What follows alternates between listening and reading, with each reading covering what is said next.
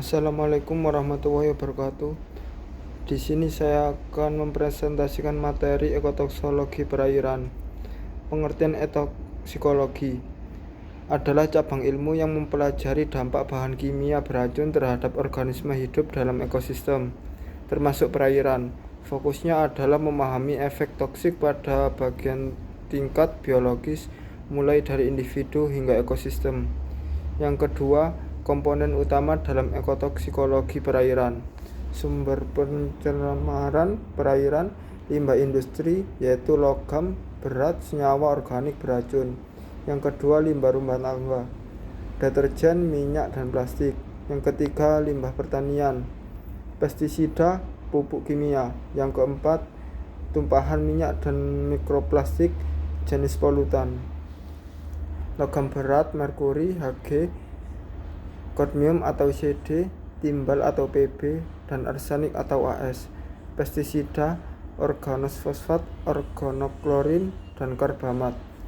Bahan organik, minyak, fenol, dan zat pencemar farmasi. Bahan anorganik, nitrat, fosfat, dan amonia.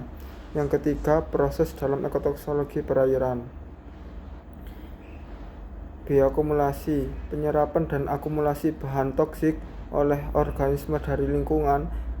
Biomagnifikasi, peningkatan konsentrasi bahan toksik di tingkat trofesi yang lebih tinggi dalam rantai makanan. VTN transport atau nasib dan pergerakan polutan melalui air, sedimen, dan organisme. Transformasi kimia seperti biodegradasi atau fotolisis. Yang keempat, efek toksik pada organisme akuatik. Efek akut, kerusakan langsung dalam waktu singkat atau kematian gangguan fungsi organ. Efek kronis, gangguan jangka panjang seperti kanker, reproduksi terganggu, dan mutasi genetik. Parameter yang diukur, LC50 atau konsentrasi yang mematikan 50% populasi. NOEC atau No Observed Effect Concentration.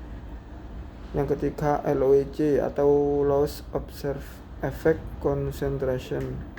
Yang kelima, bioindikator dalam ekotoksologi perairan. Organisme akuatik sebagai bioindikator. Fitoplankton dan zooplankton indikasi kualitas air. Ikan untuk mendeteksi bioakumulasi logam berat. Moluska dan cacing, indikator bahan organik. Yang keenam, regulasi dan pengolahan pencemaran perairan. Pengelolaan limbah industri dan rumah tangga, penerapan konsep polluter pay prinsip, monitoring berkata terhadap kualitas air dengan parameter fisik, kimia, dan biologi, regulasi internasional seperti konvensi atau pencemaran organik persisten.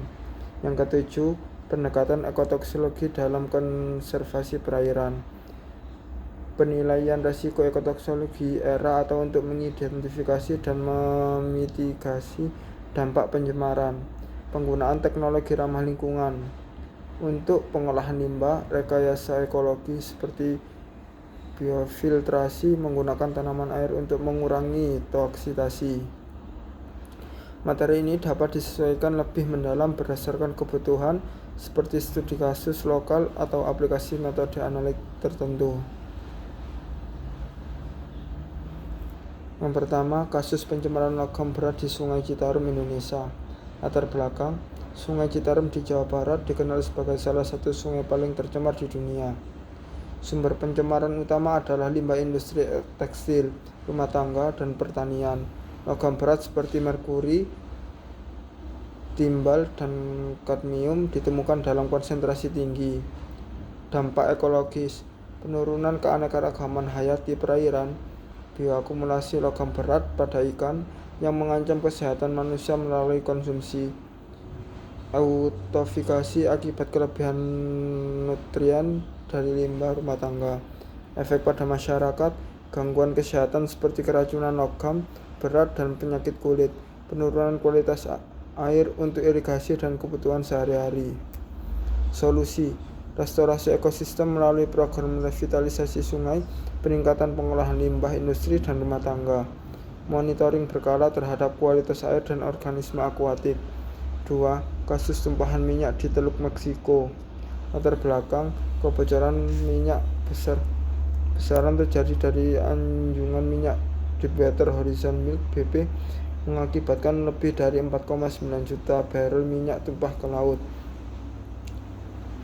Dampak ekologis, kematian massal organisme laut termasuk plankton, ikan, dan burung laut, kerusakan ekosistem mangrove dan terumbu karang, biomaktifikasi senyawa hidrokarbon aromatik polistik atau disingkat PAH dalam rantai makanan, efek pada masyarakat, kerugian ekonomi bagi nelayan dan industri pariwisata, gangguan kesehatan akibat paparan bahan kimia dispersan dan minyak mentah.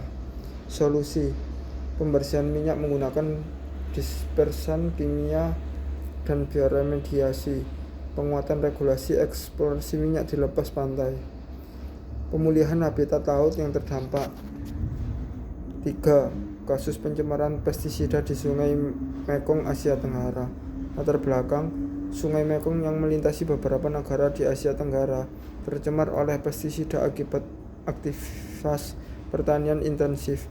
Senyawa seperti organoklorin dan organosfosfat ditemukan dalam konsentrasi tinggi.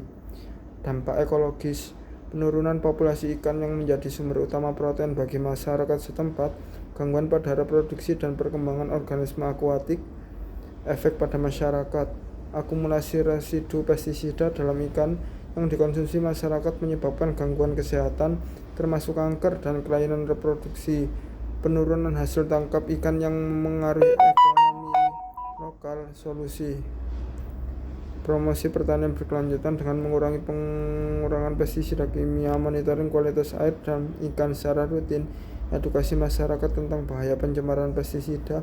Kesimpulan, studi kasus ini menunjukkan pentingnya peran ekotoksikologi dalam menganalisis dampak pencemaran dan memberikan solusi berbasis ilmiah.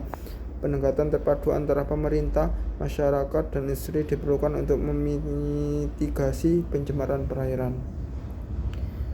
Demikian yang saya sampaikan, kurang lebihnya mohon maaf. Wassalamualaikum warahmatullahi wabarakatuh.